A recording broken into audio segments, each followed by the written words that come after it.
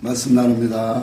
오늘 말씀은 누가복음 17장에서 19장 11절에서 27절의 말씀을 갖고 한 문화로 장사하라 은총을 갖고 같이 은혜를 나누겠습니다.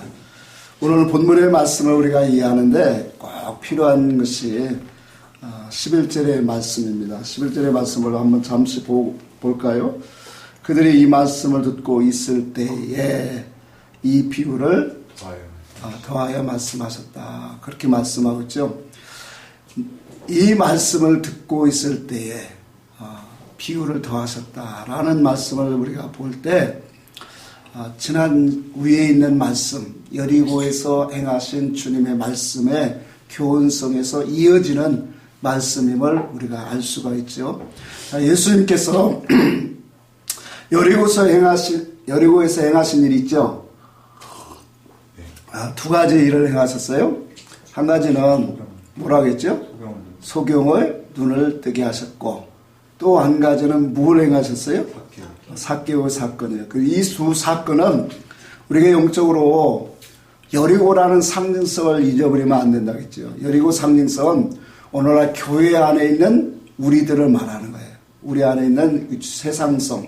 그래서 교회 안에서 이루어져야 할 일이 무엇인가를 오늘 여리고서 행하신 주님의 일을 통해서 우리가 보여진다. 그래서 교회 안에서 우리가 가장 시급한 것이 뭐냐면 영의 눈을 뜨는 거예요. 영의 눈을 뜬다라는 것은 가장 먼저로 귓문이 열려진다라는 거예요. 그러니까 하나님의 음성에 어떤 음성인가를 들을 수 있는 사람이 되어야 되잖아요. 그러니까 교회 와서 하나님 말씀을 듣는데 다 자기 유익을 위해서 복을 구하고 세상을 구하고 이러한 이 썩어질 세상 것들을 구하는 그러한 말씀에만 아멘 아멘 한다면 그 사람은 귀가 열려진 사람이 아니라는 거예요. 그러니까 하나님의 나라를 주시려고 이 땅에 오셨잖아요, 주님이. 그렇죠? 아멘. 그렇다면 이 교회 안에서 우리가 행할 것은 눈이 열려야 된다는 거예요. 그 눈은 바로 하나님이 어떤 분인가를 볼 수 있는 눈이에요. 아멘. 천국을 우리가 이해하고 깨닫는 눈이에요. 더 나아가서 하나님이 우리를 향하신 궁극적인 목적을 우리가 바라볼 수 있는, 깨달을 수 있는 그러한 눈이다. 자, 그래서 교회는 영적인 눈을 띄워주는 곳이에요. 뿐만 아니라 교회 안에서 우리가 행할 것은 이 삭개오를 통해서 우리에게 주는 것은 뭐냐면 우리가 이렇게 영적인 귀가 열려지고 하나님의 말씀을 듣게 되어지면 우리가 여지까지 율법 아래서 행했던 모든 일들이 하나님을 향하고 충성과 헌신과 봉사와 우리의 믿음성이 하나님 말씀을 깨닫고 깨달아 볼 때마다 느껴지는 게 뭐냐. 믿음은 이런 것이 아니었구나. 그러니까 어떤 물질적이고 행위 중심이고 이런 외식적인 그러한 활동성의 중심에 있는 것이 아니라 믿음이라고 하는 것은 바로 뭐예요? 그리스도의 부활하신 그 말씀을 내가 깨닫는 것이구나. 그건 바로 말하면 하나님의 뜻과 목적을 내가 말씀 속에서 눈을 열어서 깨달아 보니까 내가 지금까지 달려왔던 것, 내가 여기까지 하나님을 위해서 충성과 헌신하고 봉사했다라는 그런 것들이 자칫 잘못 올라갔던 신앙들을 뭐하는 거예요? 깨닫게 되어진다는 그것을 보게 하고 알게 하고 깨닫게 하는 것이 뭐냐? 교회라는 것이에요. 그래서 우리가 이러한 깨달음에서 내려오는 것이 얼마나 중요하냐면 깨달아서 내려온다라는 이 말을 다른 말로 말하면 겸손해졌다라는 의미예요. 그러니까 겸손해지니까 그 속에 바로 뭐예요? 주님이 찾아오셔서 내가 오늘 밤 너의 집에 뭐 와야겠다? 와야겠다. 이 말인즉 오늘 이와 같이 하나님의 말씀 속에서 잘못 달려갔고 잘못 올라갔던 우리의 신앙관에서 깨달음에서 겸손하게 내려와서 주님의 발 앞에 엎드리는 그 사람이 바로 누구냐면 주님이 그 속에 거하게 되어진다는 거예요. 구원의 역사가 주님과 함께하는 그런 역사가 이루어지겠다라는 거예요. 그러면서 우리가 10절의 말씀에 보면 인자가 온 것은 잃어버린 자를 찾아 구원하려 함이니라. 그렇게 말씀을 하셨죠. 자, 우리 인생이 무엇을 잃어버렸습니까?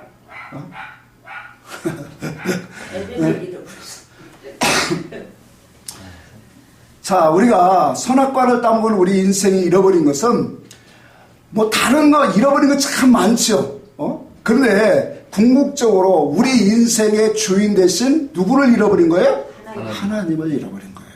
그러니까 하나님을 잃어버렸다라고 하는 것은 하나님이 주신 영적 생명을 잃어버린 거고 하나님이 주신 모든 신령한 복을 다 잃어버린 거예요.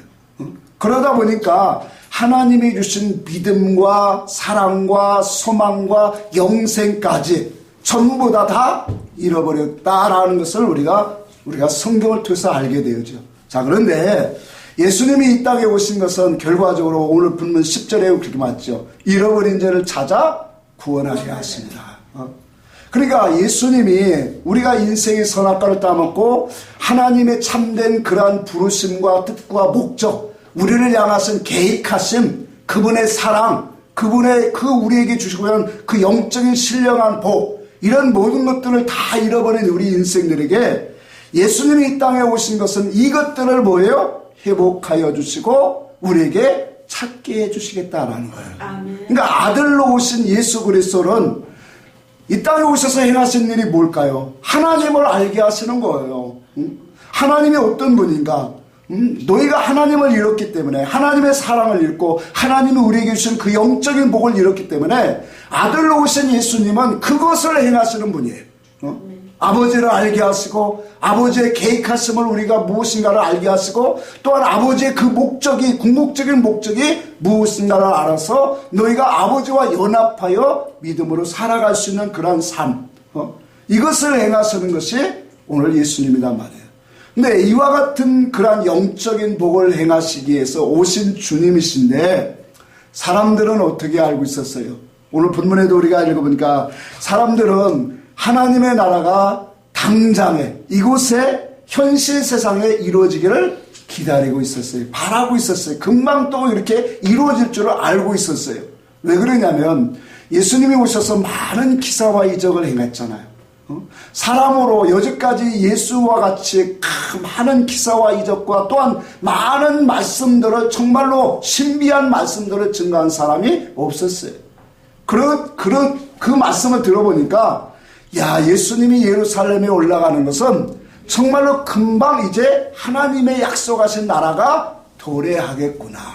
그래서 많은 예수님을 따르는 제자들뿐만 아니라 모든 사람들까지도 전부 다 예수님이 오늘 예루살렘에 가는 그 모습을 보면서 당장 바로 이 현실 세상에서 하나님의 나라가 이르겠구나라고 생각을 하고 있었어요.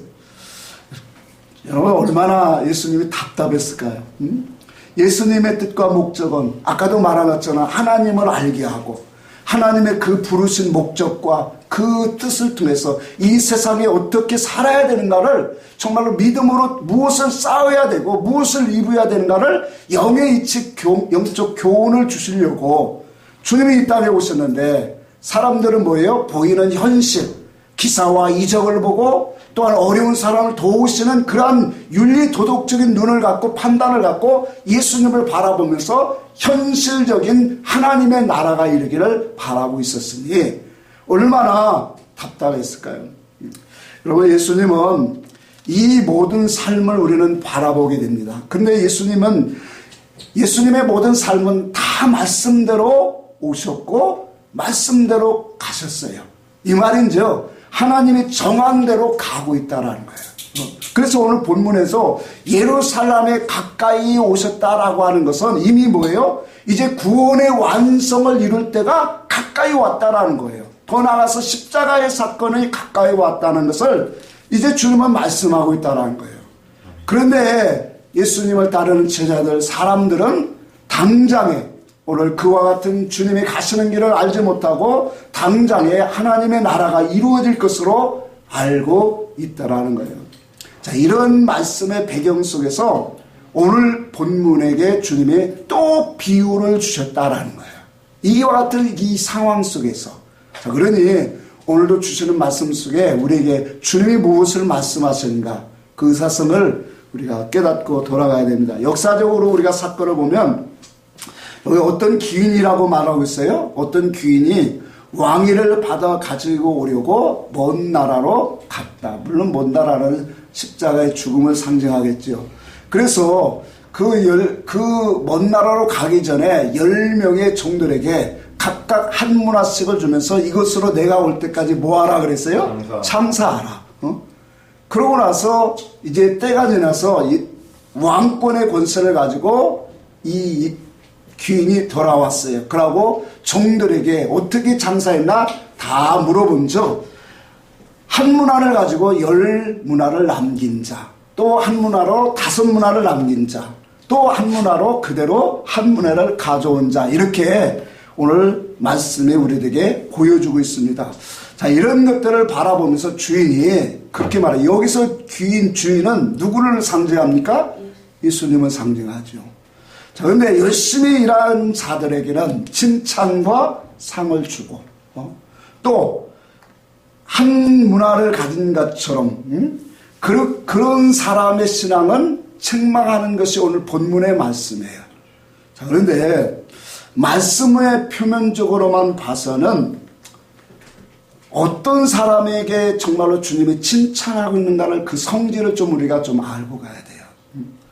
말씀의 표면으로 보면 사역 활동을 잘하고 전도를 많이 하고 충성봉사를 열심히 한 사람들이 바로 무엇이냐면 장사를 잘한 사람처럼 보이더라는 거예요.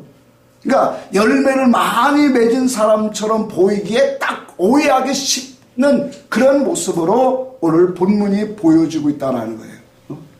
그래서 우리가 성경을 우리가 이해하고 깨닫는 데는 항상 사건적으로 지역적으로만 바라보면 안 된다는 것이 이거예요. 성경 전체에 우리에게 주시는 하나님의 계시가 있어요. 영적인 흐름과 하나님의 분명한 목적이 있어요. 그래서 큰 그림의 테두리가 하나님의 그 궁극적인 목적인데 그 목적의 그 뜻에서 벗어나면 될까요? 안 될까요? 네. 안 되는 거예요. 예를 들어서 우리가 하나님의 궁극적인 목적은 예수를 닮으라는 거예요. 예수를 통해서 하나님의 형상을 입으라는 거예요. 하나님의 나라를 준비하라는 거예요. 근데 이와 같은 것들이 이 하나님을 알고 하나님의 형상으로 닮아서 하나님의 나라에 합당한 모습으로 준비하라는 것이 하나님의 뜻이에요. 이게 성경 전체에 우리에게 주시는 하나님의 궁극적인 뜻이다라는 거예요. 근데 이와 같은 하나님의 뜻을 가지고 우리가 교회에서 세상 복을 외치고 이와 같은 출세 성공을 자꾸 외친다면 그건 바로 하나님 앞에 합당한 말씀이 아니다는 거예요. 그런 것처럼 우리가 하나님의 궁극적인 그러한 뜻에서 벗어나는 그러한 지역적인 그 사건을 가지고 말씀을 오도하면 오해하면 안 된다라는 거예요. 여기서 10명이라고 하는 것은 하나님이 창세로부터 택한 백성들, 모든 사람의 부르심을 받은 자, 택함 받은 자들을 다 칭하는 사람들이에요. 그렇다면 주님께서 부르신 자들, 택한 자들에게 주시는 그 일들이 무엇이냐라고 해요. 여기서 우리가 장사하라고 하는 이 말은 일하라는 뜻이에요. 한글로는 장사라는 뜻으로 이루어있지만 원어에 보면 일하라라는 표시예요. 그러면 우리가 주님께서 부르신 자들에게 무슨 일을 하라고 하느냐는 거예요. 그러니까 언뜻 보면 한 문화로 10을 남겼고 한 문화로 5을 남겼어요. 그러다 보니까 그 사람들은 주님이 뭐라고 해요? 칭찬해 주잖아요. 그러니까 야, 복음사역, 사역활동을 잘하고 목회를 잘하고 전도를 잘하고 충성봉사를 잘하면 주님이 넌 참 일 열심히 잘했구나 칭찬하는 것처럼 나오더라고요. 그러면 이와 같은 뜻은 요 지역적인 사건만 우리가 바라보고 이해했다라는 거예요. 이것은 바로 뭐냐면 인간의 지혜 지식으로 우리가 바라보는 시선이지 하나님이 주신 시선이 하나님의 기준이 아니다라는 거예요. 그러니까 일반적으로 또 지역적으로 겉으로 교훈 보면 겉으로 드러난 것을 보면 일 열심히 해라, 충성봉사 열심히 해라, 전도도 많이 해라. 이런 것처럼 우리에게 딱 오해하기 십상해요. 중요한 것은 아까도 말했죠. 성경 전체에서 주시는 그 메시지의 그 중심에서 벗어나면 안 된다는 거예요. 모든 말씀은 다 영적 교훈, 구원의 이치를 우리에게 주시는 하나님의 말씀이에요. 그래서 이 이치에서 벗어나면 다른 복음이 되는 거예요. 다른 복음이 되고 다른 교훈이 되고 하나님의 진리의 계시의 말씀이 이그러지게 되어지는, 이탈되어지는 그러한 해석이 나오게 됩니다. 자, 그래서 우리는 주님의 행한 그러한 모든 십자가를 한번 잠시 볼까요?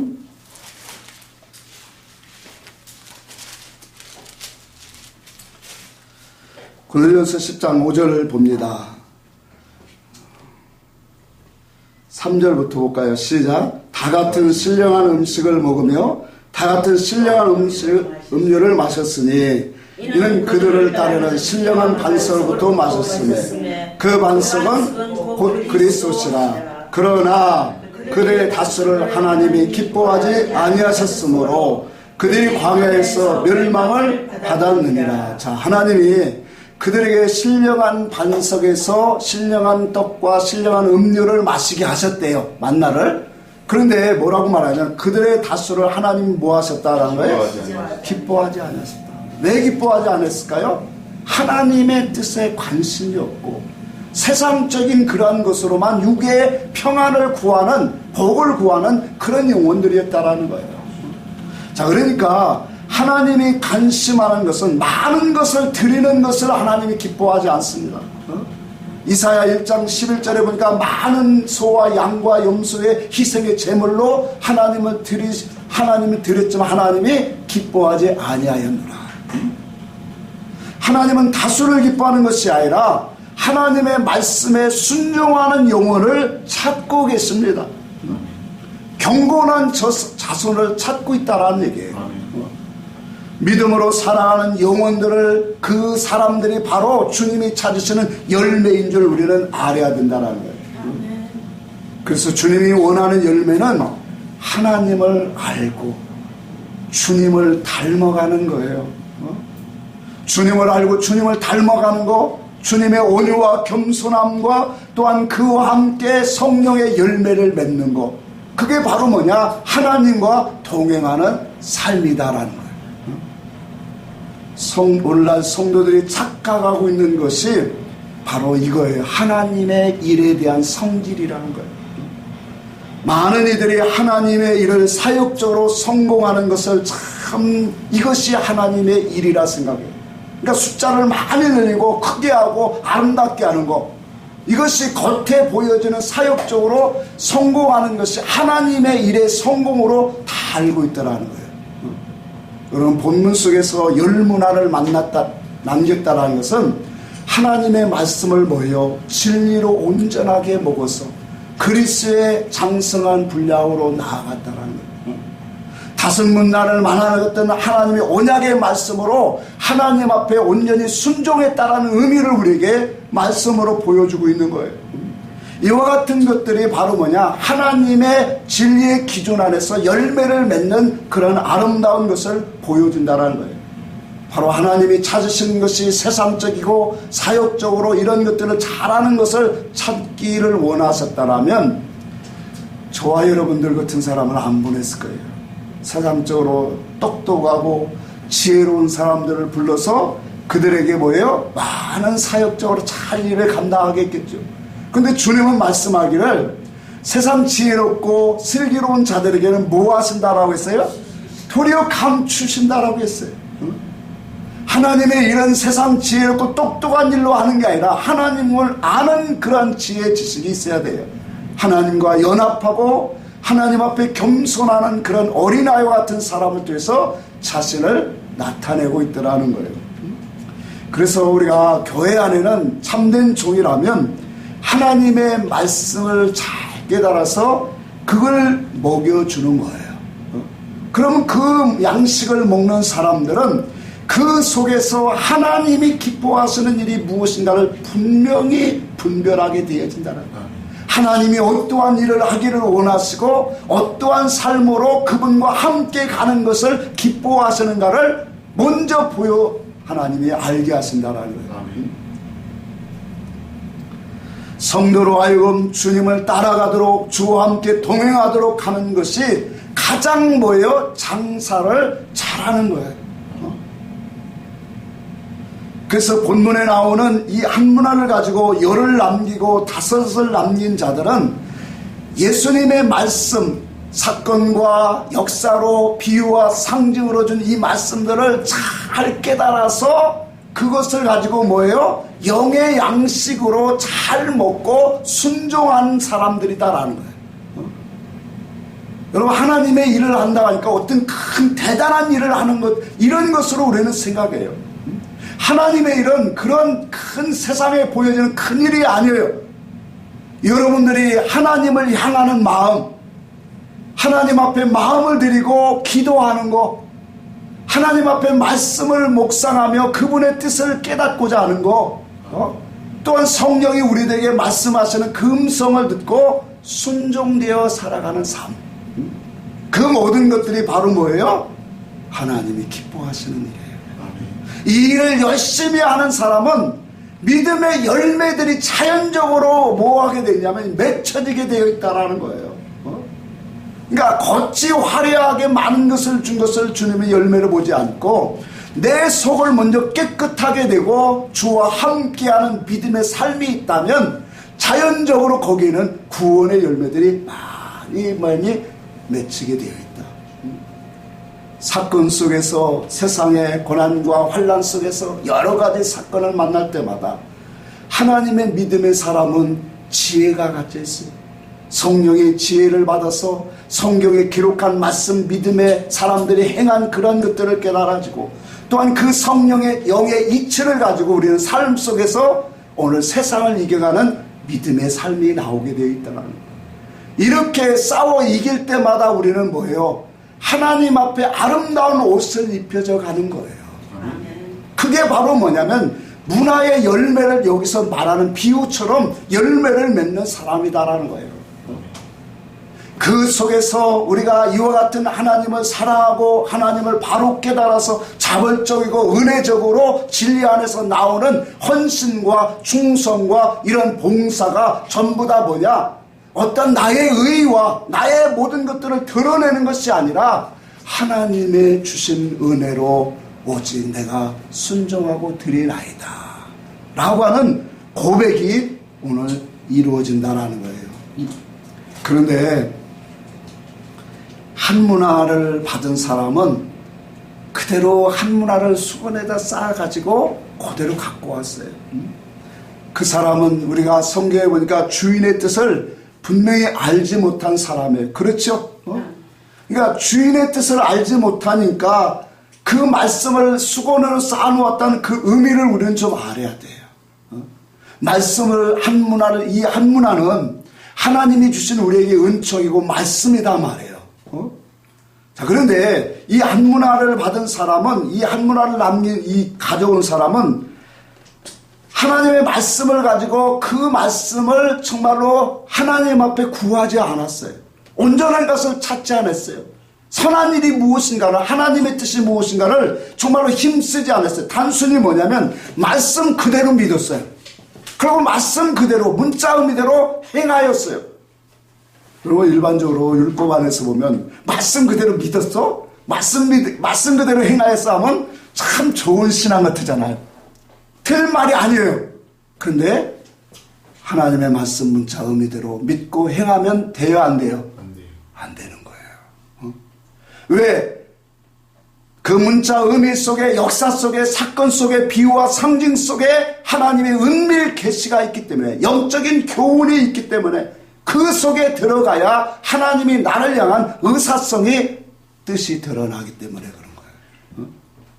그러니까 문자 의미를 갖고 말씀을 갖고 그대로 믿었습니다. 그대로 행했습니다.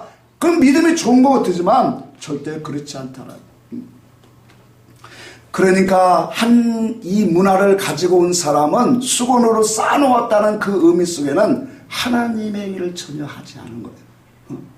그가 육신적으로는 그 말씀 그대로 믿었고 또 육적으로는 많은 행실을 행했을지라도 결과적으로 뭐예요? 하나님이 원하시는 일을 하지 못했다는 거예요. 이것이 한문화를 가진 사람의 신앙의 모습이다라는 거예요. 오늘날 주님께서 구원의 재료를 우리에게 다 한문화씩 주신 거예요. 그래서 이 한문화가 의미하는 것은 하나님 말씀이에요.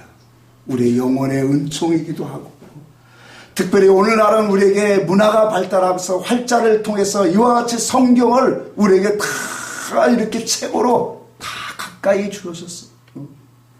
그래서 그 말씀을 듣고 그 말씀의 뜻을 깨닫고 연구하고 그 말씀을 듣고 순종하는 사람, 주의 진리의 종과 성도가 연합해서 하나님의 나라를 향하는 사람.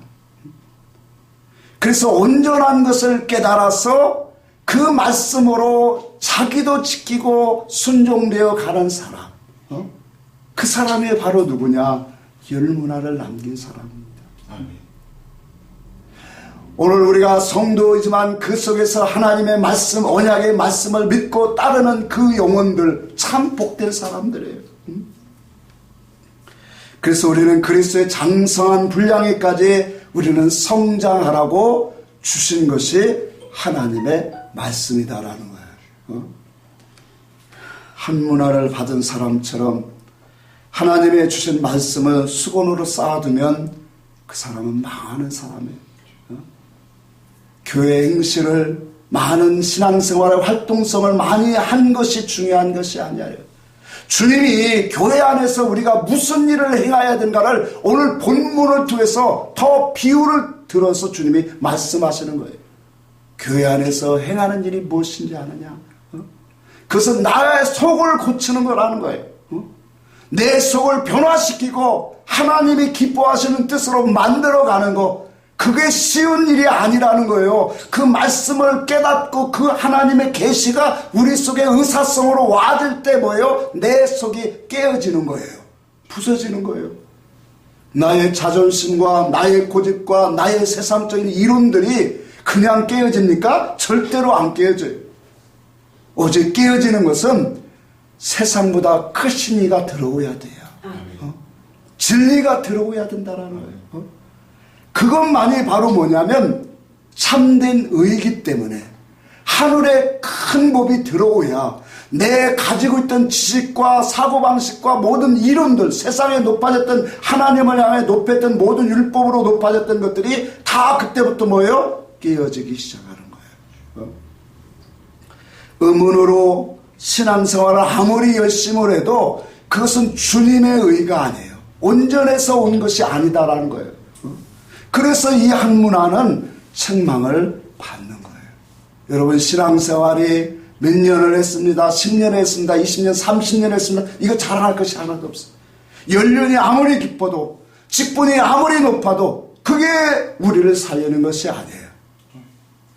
진리를 먹지 아니하면 어디까지나 그 영혼은 세상적으로는 직분이 높아도 젖을 먹는 자예요.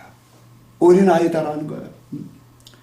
이거 어린아이와 같은 그러한 이 영적 상태를 가지고 열심히 일을 하면 무슨 일을 하겠느냐라는 거예요.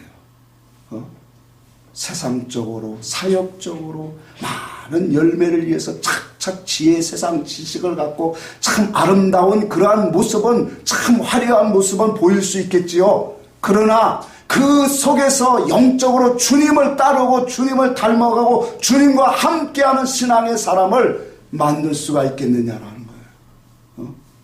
자기 자신이 그렇게 못 들어가는데 어떻게 만들어요? 그래 안 그래요? 예를 들어서 우리가 과외를 합니다. 과외를 하는데 그래도 1등급을 맞은 사람이, 그 실력을 갖고 있는 사람이 열심히 가르치고 밑에 있는 사람이 열심히 하려고 하는 그런 의도성을 갖고 열심히 배울 때 그래도 실력 있는 사람한테 배워야 그 상태로 올라갈 거 아니에요. 그런 거 아니에요. 맞아요. 세상 이치가 그래요. 그러니까 더 돈 많이 주고 훌륭한 그러한 학벌이 있는 사람에게 과외를 받는 것처럼 세상도 그렇단 말이에요. 진리가 자기 속에 없는데, 하나님의 참된 지식이 없는데, 아무리 1000명, 2000명, 10,000명을 모아놓고 말씀을 가르친다고 진리에 이르게 하는 사람이 되겠느냐라는 거예요. 세상의 이치를 바라보면서 영의 이치를 보면 분명히 답이 나오는 거예요. 오늘 본문에 다시 한번 돌아갑시다. 19장 14절을 봅시다. 그런데 그 백성이 그를 미워하여 사자를 뒤로 보내어 이르되 우리는 이 사람이 우리의 왕됨을 원하지 아니하나이다. 여러분 보세요. 그 백성이 누구를 미워한대요? 귀인을 모아. 이 귀인은 누구라고요? 예수님이에요. 또 이 사람이 우리의 왕됨을 원하지 않는다. 여러분 말로는 자 보세요. 요 말을 좀 우리가 풀이해야 돼요. 말로는 우리가 예수님을 다 우리 왕이요 찬송도 하잖아요. 왕이요 우리 왕이라고 찬송하고 입으로는 수없이 하나님 영광 예수님을 찬양하고 경배하지만 정말로 우리가 그분을 왕으로 대접하고 있느냐라는 거예요. 이것이 바로 뭐냐면 왕으로 여기 보니까 그를 미워하고 왕으로 원치 않는다라는 거예요. 여러분 왕으로 우리가 그분을 섬기는 것은 바로 왕이신 그분이 진리를 가지고 영으로 그리스도로 우리 안에 오실 때야 이루어지는 사건이다라는 거예요. 우리가 그분을 왕으로 섬기는 대접할 수 있는 신앙이 아무나 되는 게 아니라는 거예요. 그리스도가 진리를 가지고 하나님의 계시의 말씀, 계시의 믿음을 갖고 우리 속에 오셔서 우리를 깨트리고 부실 때 그분이 우리 안에서 활동하실 때 이제 그제야 비로소 우리는 당신은 나의 왕이십니다. 아멘. 진정으로 그분을 왕으로 우리는 삼는 그런 시간과 신앙의 고백이 되고 있다는 거예요. 아멘. 예수를 믿되 영과 진리로 믿지 아니하는 자들은 그리스도의 왕되심을 거부하는 자들이에요. 그리스도께서 오실 때야만 그리스도가 우리에게 오셔야만 반드시 왕이 되신다는. 아멘. 그래서 내주하는 그리스도는 오직 진리의 영으로만 우리 안에 내주하십니다. 아멘. 왜 성령께서 또 다른 보혜사를 말씀하셨는가를 이해를 해야 되는 거예요. 또 다른 보혜사는 진리의 영이라고 했어요. 그러니까 진리의 영이 아니면 내 안에 내주하시는 그분이 안 오신다라는 거예요. 그냥 겉에서 성령이 오셔서 하나님을 알게 하고 하나님의 그 사랑을 우리는 맛보았고 하나님을 체험한 것은 있어도 더 깊은 하나님의 세계를 향하여 우리 안에 내주하셔서 우리를 다스리는 그분의 왕으로 우리 안에 오시는 것은 오직 진리여야 된다는 거예요. 아멘. 또 다른 보혜사를 너에게 보내리니 그가 자의로 말하지 아니하고 오직 듣는 것을 말하시며 또한 그가 너희를 모든 진리 가운데로 인도하시리라. 그분이 우리 안에 오셔서 이와 같이 하나님의 계시의 말씀을 드러내시고 오늘 그것을 나타나실 때 우리는 뭐냐? 하나님의 그리스도를 우리는 진정으로 왕으로 대접하게 되는 거예요. 여러분 내 안에 왕이 거하시는데 내가 육으로 내 뜻대로 내 마음대로 살아갈 수 있습니까? 없어요. 그래서 진리가 우리 속에 들어오면 우리가 삶 속에 살다가도 약간 마음과 심령적으로 사상적으로 삐뚤어진 생각과 그런 악한 생각을 잠시 왔을 때 오늘 우리 속에서 외쳐지는 음성이 분명히 들려질 거예요.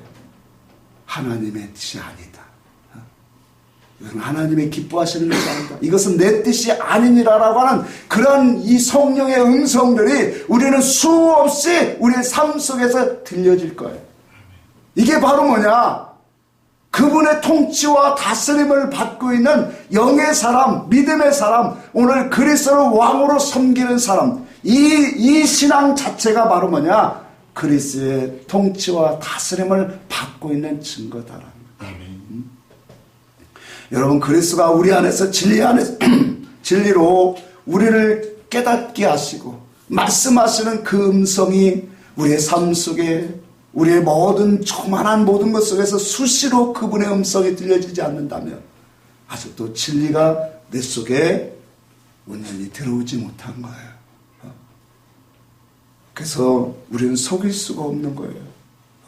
왜 진리가 머릿속에 오면 신앙이 변화될 수밖에 없는 거냐? 그건 예수 그리스도가 왕이신 그분이 창조자가 우리 속에 오시기 때문에 그래요. 우리가 비록 연약하고 더럽고 추한데도 우리 속에 오셔서 조그마한 것만 하나씩만 터치를 해줘도 우리는 그 사랑과 그 은혜 아래 우리는 참 눈물을 흘립니다. 감사의 감격을 흘립니다.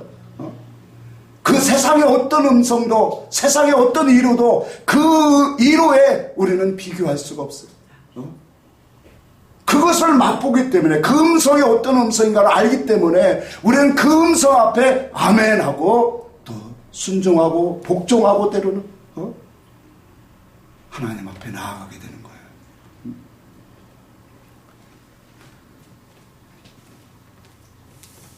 내 영혼 속에 진리로 성령의 음성으로 나를 다스리시고 통치하시는 그 사람이 바로 왕을 모신 사람들이에요. 오늘 욕으로 있는 자들은 말로는 예수 우리 왕이요 나의 주시요 라고 외치지만 그 속에 주님이 왕으로 자정하고 하시지 못한다는 삶 속에서 자기의 뜻과 자기의 방식으로 세상 방식으로 모든 것을 다 살아가고 언제 주님을 왕으로 섬겼어요. 그래서 진리의 사람은 항상 내 속에 진리의 기준, 그리스도의 기준을 갖고 살기 때문에 변화의 삶이 반드시 오게 되는 거예요. 아멘. 사무엘상 8장 7절을 한번 보고 갑시다. 사무엘상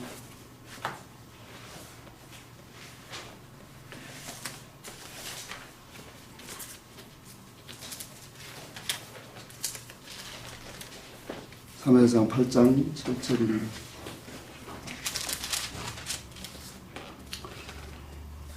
같이 한번 읽어봅시다. 시작. 여호와께서 사무엘에게 이르시되 백성이 내게 한 말을 다 들어라. 이는 그들이 너를 버림이 아니요 나를 버려 자기의 왕이 되지 못하게 하느니라. 하나님이 이 세상에 하나님보다 다른 것을 우리가 구하고 찾는 그 신앙이 오늘 왕을 버리는 거예요. 하나님을 버리는 것임을 우리는 알아야 돼요. 세상 왕을 찾고 세상 것을 의지하고 하나님보다 세상의 것들로 즐거워하는 그 사람은 오늘 하나님을 버리는 자들이에요. 왕을 기뻐하지 않는 자들이에요.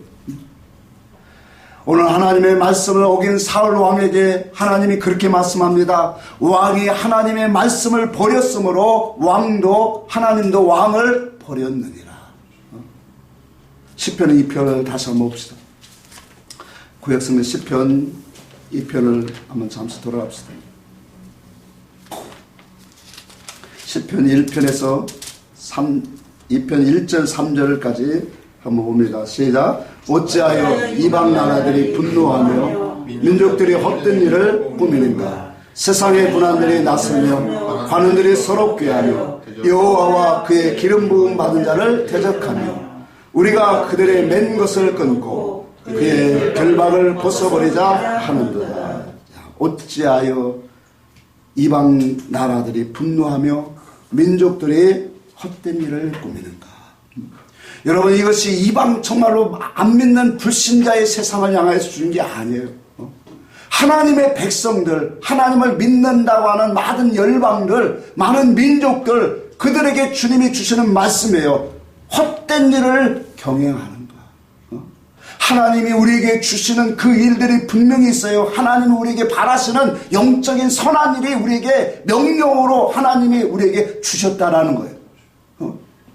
우리 인생은 너나 할 것 없이 다 하나님 나라를 가는 나그네예요. 이 나그네 인생에서 우리는 반드시 열매를 맺어야 돼요. 아멘. 장사를 잘해야 돼요. 응? 하나님이 원하시는 선한 일을 잘해야 된다는 거예요. 그 선한 일이 무엇인가를 모르고 말씀의 표현적인 그런 뜻으로 열심히 충성봉사한다고 그 나라의 아름다운 영광이 있는 것이 아니라는 것을 우리는 확실히 알아야 돼요.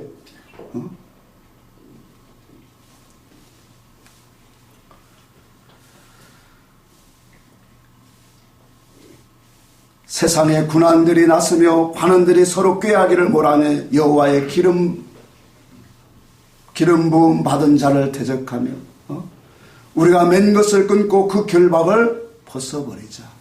이 말인즉 예수 그리스도의 지혜와 지식과 예수 그리스도의 사상을 뭐하자라는 거예요? 헐자라는 거예요. 항상 육에 있는 성도들은, 육의 사람들은 영을 대적하게 되어 있어요. 갈라디아서 5장에 우리에게 분명히 말하고 있잖아요. 우리의 속사람과 겉사람은 항상 서로 싸운다. 그래서 서로의 법이 서로가 싸워서 서로의 상대의 법을 이루지 못하도록 합니다. 육신의 법은 영의 법을 대적하고 영의 법은 육신의 법을 대적합니다. 오늘날 이와 같이 교회 안에는 육신의 법과 율법의 그러한 신앙과 영의 신앙이 항상 공존하고 있고 우리 안에서도 영의 마음과 육의 마음은 항상 공존하고 있다는 것을 우리는 알아야 돼요. 그래서 영의 마음, 하나님의 선한 일을 너는 열심히 하는 것이 바로 뭐냐? 항상 우리에게 영적인 그러한 마음, 선한 일을 쫓아가는 그 일을 힘쓰라는 것. 오늘날 진리가 무엇인지를 알지 못하는 사람들이 너무 많습니다. 그냥 단순히 예수 이름으로 또 성경 말씀을 가지고 외치면 이것이 다 진리인 줄을 그렇게 알고 있어요. 진리는 하나님의 참된 음성이고 하나님의 뜻과 계시가 있는데 그 속에서 하나님의 행하시는 그 일들을 보지 못하고 육적인 그러한 성경으로 의미를 찾고 그것으로 지켜 믿는 사람들이 너무 많다라는 거예요. 그들이 행위가 없어서가 아니에요. 광야 백성들이 40년 동안 하나님 앞에 번제와 이상의 예물을, 감사의 예물을 드리지 않았다? 아닙니다. 그런데 성경은 선지자를 통해서 말씀하시기를 하나님 앞에 드린 것이 없다. 하나님이 받지 아니하셨다. 진리를 깨닫지 못하는 백성들은 왕을 미워합니다. 이 말인즉 하나님의 말씀의 뜻을 따르지 않는다는 거예요. 하나님의 말씀의 뜻을 배반합니다. 거역합니다. 광야 백성들을 보세요. 하나님의 뜻을 따랐습니까? 하나님의 말씀에 순종했습니까? 하나님을 시험하고 하나님을 거역하고 하나님의 뜻을 날마다 거역하고 모세를 거역했어요. 이것이 광야 시대의 문제만 아니에요. 선지자 때도 그렇고 예수님 당시에도 그렇고 또 예수님 이후에 제자들의 시대도 오늘날에 이르기까지 주님이 오실 그날까지 전부 다 뭐냐면 이와 같은 신앙관으로 가고 있더라고요.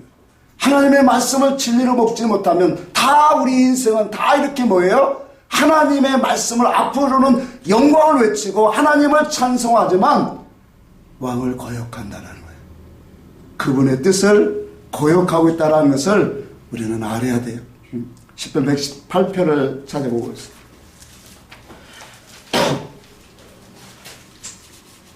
118편입니다. 118편 22절 23절을 같이 보겠습니다. 시작. 건축자가 버린 돌을 제 모퉁이의 머릿돌이 되었나니 이는 여호와께서 행하신 것이요 우리 눈에 기이한 바로다. 자, 건축자가 버린 돌이래요. 이 돌은 하나님의 증거의 돌이라고 했어요. 하나님 말씀이에요.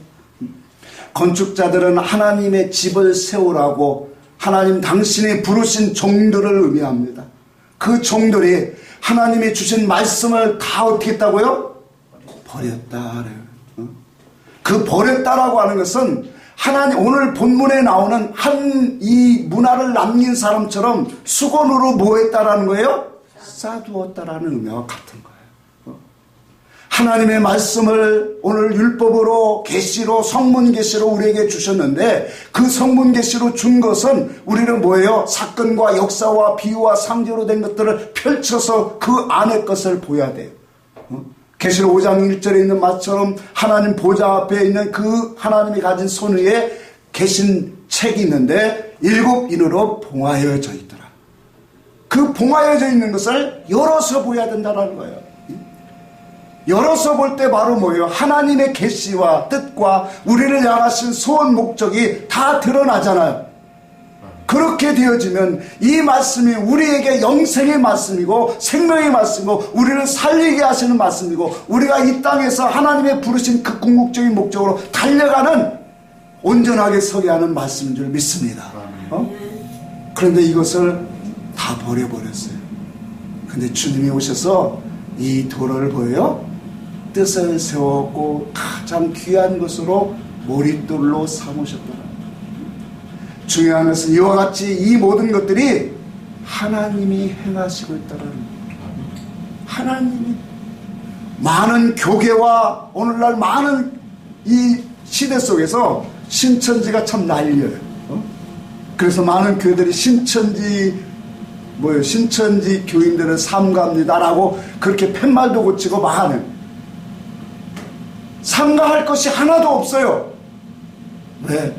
하나님의 진리가 우리 속에 있다면, 진리의 외침이 그곳에 있다면 그들이 와서 듣고 깨달아야죠.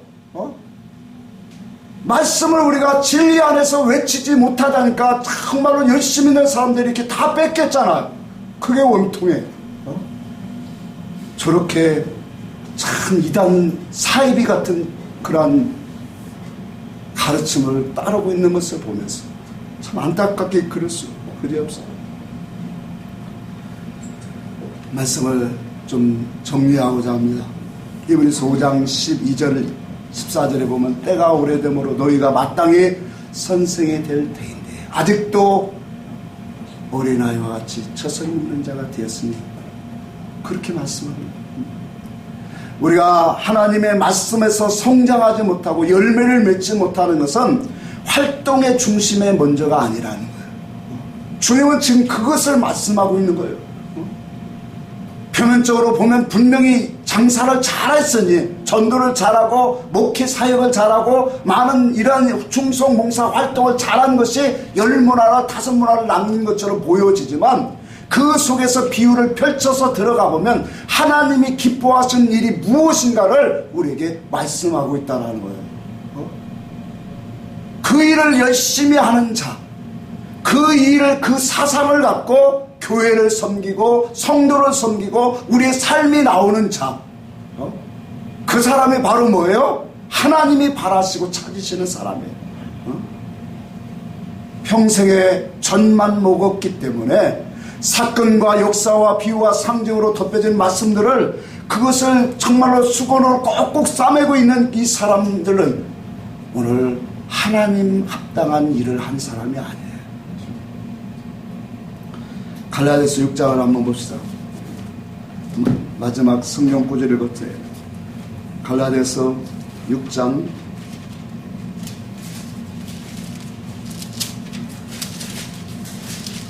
7절을 한번 봅니다.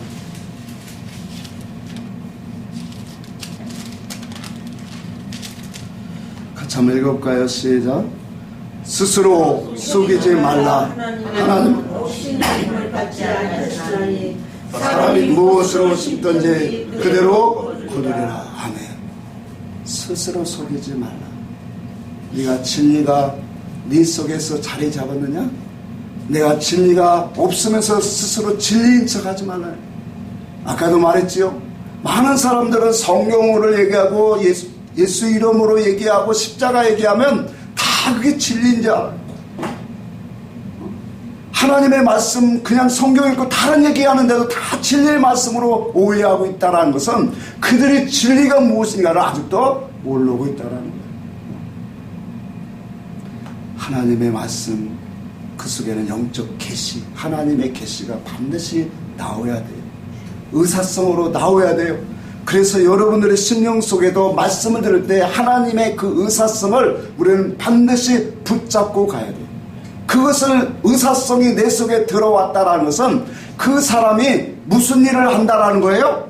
하나님의 일을 하게 되어 있다라는 거예요. 주님이 이 땅에 행하신 일을 우리는 보고 그것을 깨달아서 주님이 주인 되신 그분이 행하신 일을 따라가면 돼요. 이게 답이에요.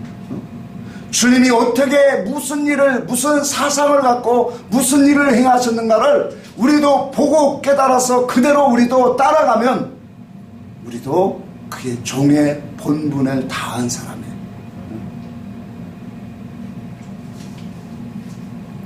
우리들은 주님이 주신 말씀으로 얼마나 장사를 했습니까? 얼마나 선한 일을 했습니까? 우리가 많은 양을 갖고 하나님 말씀을 먹고 마시고 중요한 게 아니에요. 빌라델비아를 통해서 말씀한 것처럼 적은 말씀을 가지고 인내하고 네가 지켰도다.